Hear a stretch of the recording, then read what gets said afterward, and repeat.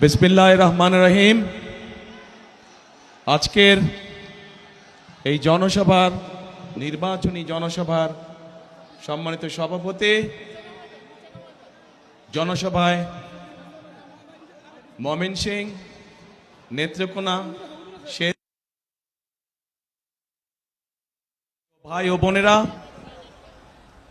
মঞ্চে উপস্থিত নেতৃবৃন্দ, প্রিয় সহকর্মীবৃন্দ, এলাকাবাসী ভাই বোনেরা, প্রিয় সাংবাদিক ভাইরা, আসসালামু আলাইকুম। আসসালামু আলাইকুম। কেমন আছেন আপনারা? অনেকক্ষণ অপেক্ষা করতে হয়েছে, তাই না? হ্যাঁ, অনেকক্ষণ অপেক্ষা করতে কথা ছিল আরো আগে, কিন্তু আসতে অনেক সময় লেগে গেল। আচ্ছা, ধীর স্থির। কারণ সেই ঢাকা থেকে শুরু করে পথে পথে আপনারা যেরকম অপেক্ষা করছিলেন, ঠিক সারা পথে এরকম হাজার হাজার মানুষ অপেক্ষা করছিল। তাদের সকলের সাথে একটু সৌজন্যমূলক সাক্ষাৎ করে আসতে আসতে সময় লেগে গেল। প্রিয় ভাই বোনেরা, আজকে আমরা সকলে এখানে একত্রিত হয়েছি কেন? একত্রিত হয়েছি যে আগামী 12 তারিখে এই দেশের মানুষ তাদের যে অধিকার ছিনিয়ে নেওয়া হয়েছিল, যেই অধিকারের জন্য বহু মানুষ গত 16 বছর ধরে গুম খুন অত্যাচার নির্যাতনের শিকার হয়েছে, যেই অধিকার আদায়ের জন্য গত 2024 সালের 5 অগস্ট মাসে, জুলাই মাসে হাজারো মানুষকে হত্যা করা হয়েছে, হাজার হাজার মানুষকে আহত করা হয়েছে, সেই অধিকার আপনারা প্রয়োগ করতে যাচ্ছেন ইনশাল্লাহ আগামী মাসের 12 তারিখে। কি সেই অধিকার? কি সেই অধিকার? ভোটের অধিকার। কেন এই ভোটের অধিকার দরকার? এই ভোটের অধিকার দরকার কারণ আমরা চাই এই দেশের মালিক যে জনগণ, সেই জনগণের ইচ্ছা মতন যাতে আগামী দিন এই দেশ সামনে চলতে পারে, সেই ইচ্ছার প্রতিফলন বা বাস্তবায়ন যাতে হতে পারে, সেই জন্যই দরকার ভোটের অধিকার। মানুষের কথা বলার অধিকার, মানুষের ন্যায্য অধিকার যাতে প্রতিষ্ঠিত হতে পারে, সেজন্যই দরকার ভোটের অধিকার। প্রিয় ভাই বোনেরা, আমি জানি ময়মনসিংহ বলুন, নেত্রকোনা বলুন, জামালপুর বলুন, শেরপুর বলুন, এই অঞ্চলগুলোতে বহু সমস্যা রয়ে গিয়েছে। নদী ভাঙন সমস্যা আছে, কর্মসংস্থানের সমস্যা রয়ে গিয়েছে, বিভিন্ন জেলাতে, বিভিন্ন উপজেলাতে ব্রিজ, স্কুল, কলেজ নির্মাণ, রাস্তাঘাট, কালভার্ট, এগুলোর সমস্যা রয়ে গিয়েছে, যেগুলো বিগত 1 যুগেরও বেশি সময় ধরে সংস্কার বা নতুন করে করা প্রয়োজন ছিল, কিন্তু কোনো কাজ হয়নি। হয়েছিল? হয়নি। কারণ ওই যে বললাম, ভোটের অধিকার ছিল না। যদি ভোটের অধিকার থাকতো তাহলে জনগণের সমস্যার সমাধান হতো। যেহেতু ভোটের অধিকার ছিল না, যেহেতু দেশে নিশিরাতের নির্বাচন অনুষ্ঠিত হয়েছিল, তথাকথিত নির্বাচন, যেহেতু দেশে আমির নির্বাচন অনুষ্ঠিত হয়েছিল, সেখানে সত্যিকারের জনগণের প্রতিনিধি ছিল না। তাই দেশের যুবক সমাজের জন্য কর্মসংস্থানের ব্যবস্থা তৈরি করা হয় নাই। তাই এলাকার মা বোনদের সমস্যার নিরাপত্তা নিশ্চিত করা হয় নাই। তাই শিক্ষা ব্যবস্থাগুলোতে সঠিকভাবে শিক্ষক প্রেরণ করা হয় নাই। তাই উপজেলা হাসপাতালে বলুন অথবা ডিস্ট্রিক্ট হাসপাতালে বলুন না কেন, সেখানেও সঠিকভাবে ওষুধপত্র, ডাক্তার সরবরাহ করা হয় নাই। প্রিয় ভাই বোনেরা, বাংলাদেশের মানুষ কি চায়? বাংলাদেশের মানুষ চায়, একজন অভিভাবক হিসাবে একজন অভিভাবক চায় তার সন্তান যাতে সুশিক্ষা বা সঠিকভাবে শিক্ষা পায়, তাই তো নাকি? একজন অভিভাবক চায় তার সন্তান সেই শিক্ষা পাক যেই শিক্ষার পরে, যেই শিক্ষা শেষ হলে পরে সন্তান কর্মসংস্থানের ব্যবস্থা করতে পারবে, বেকার থাকবে না। প্রিয় ভাই বোনেরা, তরুণরা, যুবকরা কি চায়? তারা চায় কর্মসংস্থানের ব্যবস্থা। দেশে মিল ফ্যাক্টরি হবে, ব্যবসা বাণিজ্য হবে, যাতে করে তারা সুন্দরভাবে নিরাপদে ব্যবসা বাণিজ্য বা চাকরি বাকরি করতে পারবে। মানুষ চায়, মানুষ অসুস্থ হতেই পারে, হওয়াটাই স্বাভাবিক, কিন্তু অসুস্থ হলে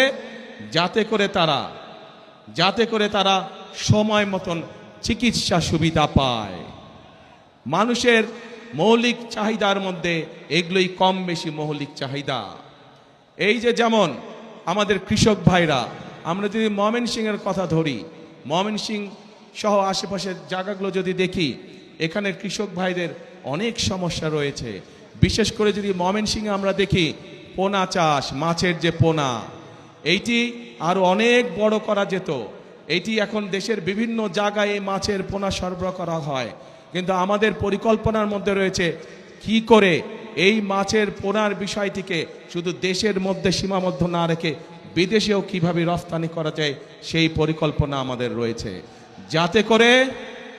যাতে করে কর্মসংস্থানের সুযোগ তৈরি হয়, যাতে করে এই এলাকার মানুষ শুধু একটি নয়, এরকম আরো প্রতিষ্ঠান তৈরি করার মাধ্যমে আরো মানুষকে কর্মসংস্থানের ব্যবস্থা করা যায়। প্রিয় ভাই বোনেরা, আপনাদের নিশ্চয়ই মনে আছে দেশনেত্রী খালেদা জিয়ার সময় এই দেশের মেয়েদের জন্য, এই যে আমার সামনে বহু মা বোনেরা এখানে সামনে রয়েছেন, এই দেশের মা বোনদেরকে শিক্ষা দেওয়ার জন্য মেয়েদের শিক্ষা ব্যবস্থাকে ক্লাস 1 থেকে ক্লাস 12 পর্যন্ত ফ্রি করা হয়েছিল। মনে আছে আপনাদের? প্রিয় ভাই বোনেরা, সেই মা বোনরা শিক্ষিত হয়েছে। আজকে যদি যে কোনো স্কুল, কলেজ, বিশ্ববিদ্যালয়ে আমরা যাই, আমরা দেখব যে ছেলেদের পাশাপাশি সমান সংখ্যক মেয়েরা লেখাপড়া করছে।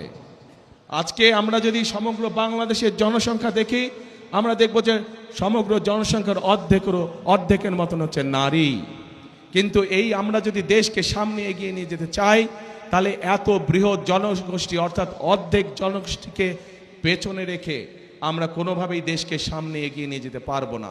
এবং সেই জন্যই আমরা দেশে নারীদের জন্য, মায়েদের জন্য, আমরা গৃহিণীদের জন্য, বিশেষ করে খেটে খাওয়া মানুষ যারা, সেই পরিবারের গৃহিণীদের জন্য আমরা একটি ফ্যামিলি কার্ড নামে কার্ড দিতে চাই মা বোনদেরকে, যাতে করে এই ফ্যামিলি কার্ডের সুবিধা প্রত্যেকটি মানুষের, প্রত্যেকটি পরিবারের কাছে অল্প হলেও প্রত্যেকটি পরিবারের কাছে পৌঁছতে পারে, এবং যাতে করে তারা প্রতি মাসে কিছুটা হলেও স্বাচ্ছন্দ্যে কয়েকটি দিন অতিবাহিত করতে পারেন, একটু হলেও যাতে করে তাদের সহযোগিতা হয়। ঠিক একইভাবে একটু আগে আমি ময়মনসিংহের মৎস্য চাষিদের কথা বলেছি। একইভাবে শুধু মৎস্য চাষি নয়, মৎস্য চাষির বাইরেও যারা ক্ষেত খামারে চাষবাস করেন, জমিতে চাষবাস করেন, এইরকম কৃষক ভাইদেরও পাশে আমরা দাঁড়াতে চাই। এবং সেজন্যই আমরা কৃষক ভাইদের জন্য কৃষক কার্ড দেবার পরিকল্পনা করছি। কৃষক কার্ড কথাটি শুনেছেন আপনারা আগে? গুড। এই কৃষক কার্ড কেন আমরা দিতে চাচ্ছি? বাংলাদেশের অধিকাংশ মানুষ কৃষির সাথে জড়িত। এই কৃষক যদি ভালো থাকে, কৃষি ভালো থাকলে বাংলাদেশের মানুষ ভালো থাকবে। সেজন্যই আমরা কৃষক ভাইদের পাশে দাঁড়াতে চাই, কৃষক ভাইদের সহযোগিতা করতে চাই। এই কৃষক কার্ডের মাধ্যমে আমরা কৃষক ভাইদের কাছে সার, তার প্রয়োজনীয় অন্তত একটি ফসলের, সমগ্রভাবে একটি ফসলের বীজ, কীটনাশক, সার আমরা পৌঁছতে চাই কৃষক ভাইদের কাছে সরাসরি, যাতে করে সেটি তাদেরকে সহযোগিতা করে ধীরে ধীরে অর্থনৈতিকভাবে মজবুত হওয়ার জন্য দৃঢ় ভিত্তির উপরে যাতে করে তারা দাঁড়াতে পারে। প্রিয় ভাই বোনেরা,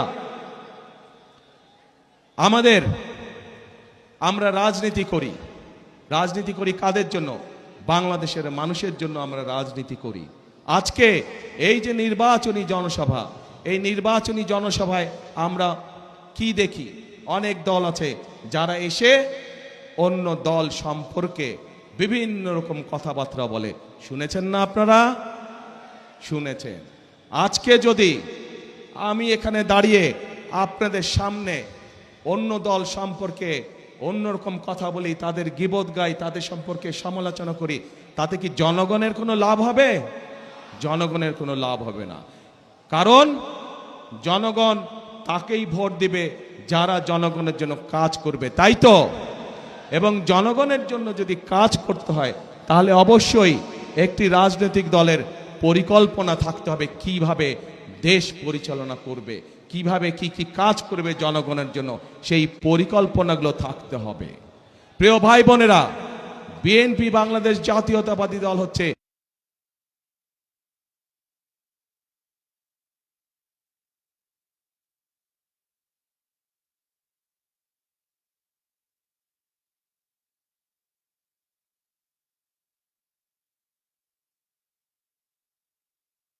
নামক দলটিরই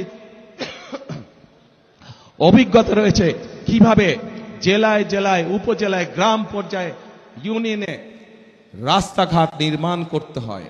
কারণ বিএনপি নামক দলটিরই অভিজ্ঞতা রয়েছে কিভাবে শিক্ষার আলো এদেশের সন্তানদের কাছে পৌঁছে দিতে হয়। কারণ বিএনপি নামক দলটিরই অভিজ্ঞতা রয়েছে কিভাবে বাংলাদেশের মানুষকে নিরাপদ রাখতে হয়, আইন শৃঙ্খলা পরিস্থিতিকে কঠোর হাতে নিয়ন্ত্রণ করতে হয়। কারণ বিএনপি নামক দলটিরই অভিজ্ঞতা রয়েছে কিভাবে দুর্নীতির লাগাম টেনে ধরতে হয়। প্রিয় ভাই বোনেরা, আপনারা নিশ্চয়ই পত্র পত্রিকায় দেখেছেন এই মুহূর্তে একটি রাজনৈতিক দল যেই স্বৈরাচার পালিয়ে গিয়েছে সেই স্বৈরাচারের মুখের ভাষা ব্যবহার করছে বিএনপির বিরুদ্ধে। ঠিক সেই স্বৈরাচার যেভাবে বলতো তাদেরই ভাষা ব্যবহার করছে বিএনপি। তাদের বক্তব্য যে দুর্নীতিতে বলে চ্যাম্পিয়ন ছিল। তা আমার প্রশ্ন 2001 থেকে 2006 সাল পর্যন্ত তাদেরও তো দুজন সদস্য বিএনপির সরকারে ছিল না? ছিল। তো বিএনপি যদি অতই খারাপ হয় তাহলে ওই দুই ব্যক্তি কেন পদত্যাগ করে চলে আসেনি? এই জন্য পদত্যাগ করে তারা আসেনি। তারা সরকারে ছিল এবং তারা ভালো করেই জানতো যে খালেদা জিয়া কঠোর হস্তে দুর্নীতি দমন করছে। এবং যেই দলটি এখন এই কথা বলছে তাদের যেই দুই সদস্য বিএনপি সরকারের অংশ ছিল তারা ভালো করেই জানতেন যে খালেদা জিয়া দুর্নীতিকে প্রশ্রয় দেয় না। এবং সব ধরনের আন্তর্জাতিক পরিসংখ্যান বলে খালেদা জিয়ার সময় যে স্বৈরাচার পালিয়ে গেছে তার সময় দেশ দুর্নীতিতে নিম্ন গতিতে ছিল। এবং খালেদা জিয়া যখন 2001 সালে দেশ পরিচালনার দায়িত্ব পায় তখন ধীরে ধীরে বাংলাদেশ দুর্নীতির কারাগার থেকে বের হতে শুরু করলো। এবং যেই দল এই কথা বিএনপিকে এইভাবে দোষারোপ করে তাদের দুই সদস্যের প্রথম দিন থেকে শেষ দিন পর্যন্ত সরকারে থাকাই প্রমাণ করে যে নিজেরাই নিজেদের মানুষ সম্পর্কে কত বড় মিথ্যে কথা তারা বলছে। প্রিয় ভাই বোনেরা, আমরা চাই নেত্রকোনা সহ শেরপুর সহ বিভিন্ন জায়গায় মাদক সমস্যা রয়েছে। আমরা এই মাদক সমস্যার সমাধান করতে চাই, কিন্তু মাদক সমস্যার সমাধান করতে হলে কিভাবে করবেন? আপনি কিভাবে করবেন? মাদক সমস্যার সমাধানের একটি কঠিন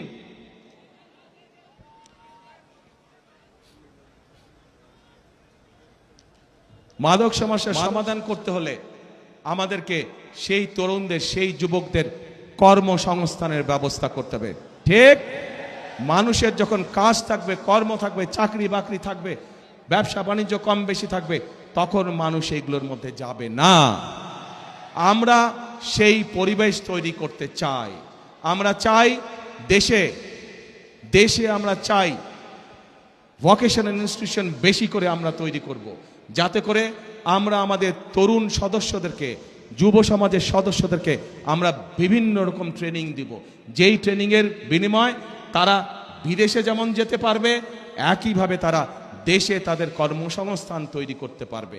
যারা আইটিতে কাজ করে তাদের জন্য বিভিন্ন রকম আমরা আইটি ট্রেনিংয়ের ব্যবস্থার পরিকল্পনা গ্রহণ করেছি, যাতে যারা আইটিতে কাজ করে তারা ঘরে বসে তাদের আয় রুজি কামাই রোজগার বাড়াতে পারবে। প্রিয় ভাই বোনেরা, এই যে এই 4 জেলার ভাই বোনেরা আজকে আপনারা এই মিটিংয়ে উপস্থিত হয়েছেন, এই এলাকার আরেকটি বড় সমস্যা হচ্ছে, এলাকার আরেকটি বড় সমস্যা হচ্ছে মানুষের চিকিৎসা সমস্যা। ঠিক, আমরা ময়মনসিংহ সহ আশেপাশের জেলাগুলোতে যেই 4 জেলার ভাই বোনেরা আজকে উপস্থিত হয়েছেন, এখানে যেরকম আমরা জেলা হসপিটালগুলোকে আরো বড় করতে চাই, একইভাবে আমরা হেলথ কেয়ারের অ্যাপয়েন্ট করতে চাই। হেলথ কেয়ারের, আপনারা পল্লী চিকিৎসকের কথা শুনেছেন?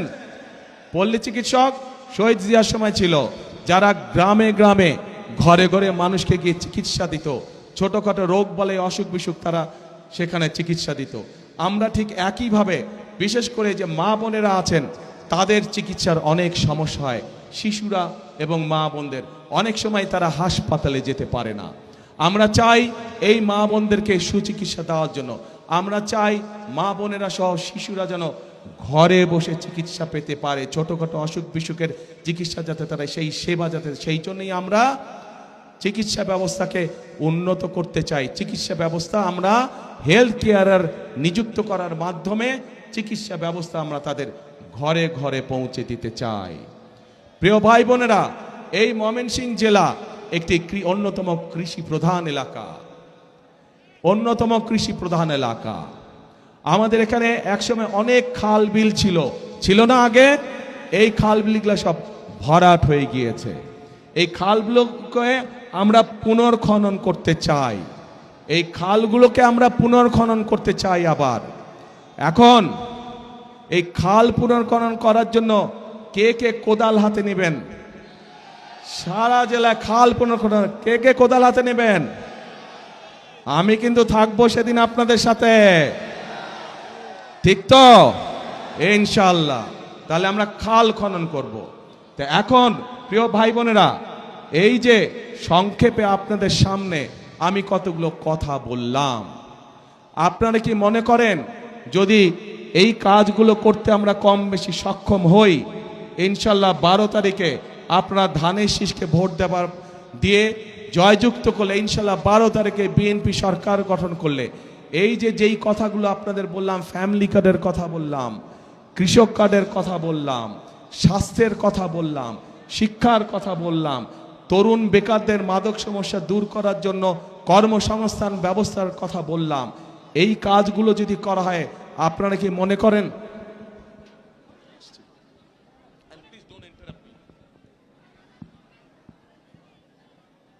এই যে কথাগুলো বললাম, এই কাজগুলো যদি আমরা করতে সক্ষম হই, তাহলে কি আপনারা মনে করেন আপনারা সহ সমগ্র দেশের মানুষ উপকৃত হবে? কে কে মনে করেন উপকৃত হবে? সবাই মনে করেন? তাহলে আপনারা কি চান আমরা এই কাজটা করি, এই কাজগুলো করি? কারা কারা চান যে বিএনপি এই কাজগুলো করুক? যেই কাজগুলো কথা বললাম সবাই চান? ঠিক আছে, ধন্যবাদ। এবার আমার একটা জিজ্ঞাসা আপনাদের কাছে। আপনারা তো এতক্ষণ আমাকে জিজ্ঞাসা করলেন যে ভাই ধানের শীষে তো ভোট দিব, কিন্তু বিএনপি কি করবে আমাদের জন্য, এটাই তো আপনাদের জিজ্ঞাসা ছিল আমার কাছে, তাই না? তা আমি তো বললাম বিএনপি ইনশাল্লাহ সরকার গঠন করলে আমরা কি কি করব বললাম না এতক্ষণ? সংক্ষেপে বলছি, আরো অনেক কাজ আছে, আরো অনেক কাজ করব আমরা ইনশাল্লাহ, তবে সংক্ষেপে বললাম আপনাদের কাছে। এখন আমার একটা জিজ্ঞাসা আছে আপনাদের কাছে। আপনারা যে বললেন এই কাজগুলো করলে আপনাদের উপকার হবে, কিন্তু তার আগে তো ভাই আপনাদেরকে একটা কাজ করতে হবে। কি সেই কাজটা বলেন তো? শুনি না। ইয়েস, 12 তারিখে ধানের শীষকে জয়যুক্ত করতে হবে। এই 24 জন দাঁড়ান তো, ওখানে দাঁড়ান, 24 জন দাঁড়ান, ওখানেই দাঁড়ান, আপনারা ওখানেই দাঁড়ান, লাইন করে দাঁড়ান, ধাক্কা ধাক্কি করো না, ধাক্কা দিয়ে করছো না, লাইন করো না, জাস্ট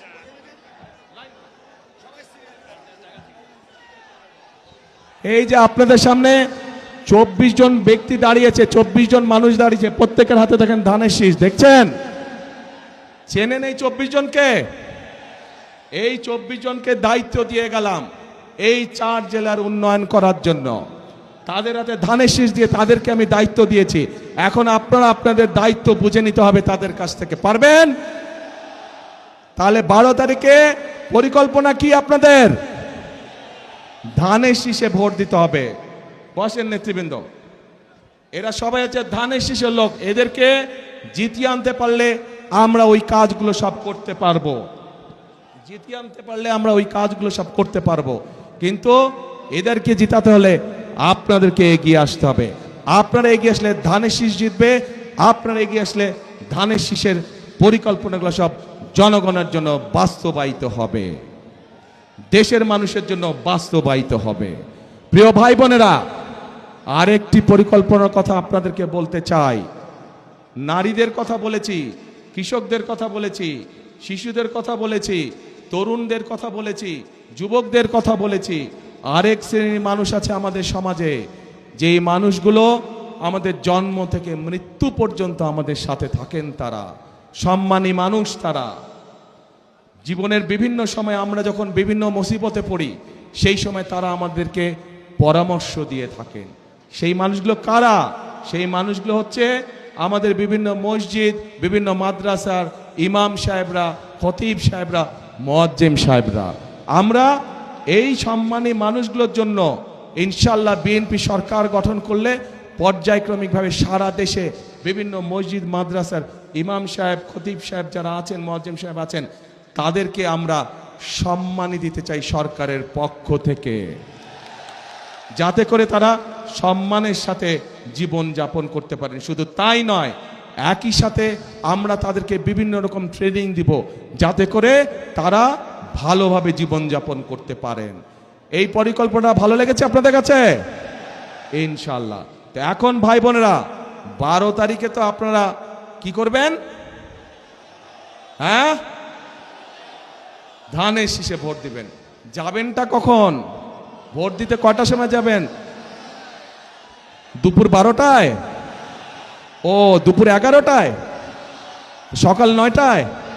তো কখন? হ্যাঁ, তাহাজ্জুদের নামাজ পড়তে উঠবেন ওই দিন। আল্লাহর কাছে রহমত চাইবেন যে যাতে সারা দেশের ধানের শীষ জয়যুক্ত হতে পারে। এই রহমত চাইবেন আল্লাহর কাছে। তারপরে এলাকার মানুষকে সাথে নিয়ে আপনি মুসলমান হলে তাহাজ্জুদ পড়বেন, আপনার অন্য ধর্মের ভাই বোন যারা আছে তাহাজ্জুদ পড়ে বের হবেন, তাদেরকে সাথে নিয়ে যাবেন। গিয়ে তারা তাদের ধর্মীয় আচার অনুষ্ঠান ভোরবেলায় যেটা থাকে সেটা তারা করবে। পাশে আপনারা মুসলমান যারা ফজরের জামাত আদায় করবেন, যার যার যেই ভোট কেন্দ্র, ভোট কেন্দ্রের সামনে, ঠিক আছে? করে লাইন দিয়ে দাঁড়াবেন।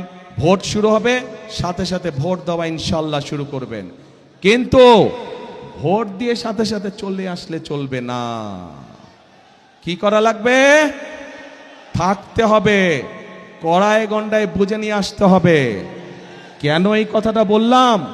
বহু বছর হয়ে গেছে আমরা তো ভোট দেবার সুযোগ পাইনি, তাই না? যেহেতু আমরা ভোট দেবার সুযোগ পাইনি, এর আগে আমাদের ভোট বিভিন্ন জন বিভিন্নভাবে লুটপাট করে নিয়ে গিয়েছে। এবার সেই জন্য আমাদেরকে সজাগ থাকতে হবে, যাতে কেউ আমাদের ভোট লুটপাট করে নিয়ে যেতে না পারে। পারবেন তো পাহারা দিয়ে সতর্ক থাকতে? ইনশাআল্লাহ। তাহলে প্রিয় ভাই বোনেরা, আরেকটি গুরুত্বপূর্ণ কথা, 1971 সালে যুদ্ধ হয়েছিল। এখানে যারা ইয়াং আছেন তারা, আপনারা তরুণ যুবক যারা আছেন তারা আপনারা বইয়ে খাতায় পড়েছেন। মুরব্বী যারা আছেন, আমাদের বয়সী যারা আছেন, তারা দেখেছেন বা জানেন সেই যুদ্ধে দেশের স্বাধীনতা অর্জিত হয়েছিল। সেই যুদ্ধে বহু মানুষ শহীদ হয়েছিল। প্রিয় ভাই বোনেরা, পরবর্তীতে এই 2024 সালের 5ই আগস্ট সেই স্বাধীনতাকে রক্ষা করেছে এই দেশেরই ছাত্র জনতা সহ সমাজের সকল শ্রেণী পেশার মানুষ।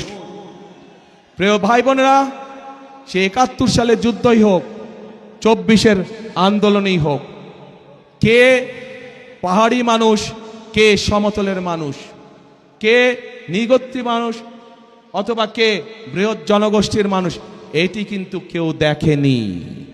রাজপথে সবাই পাশাপাশি আন্দোলন করেছে।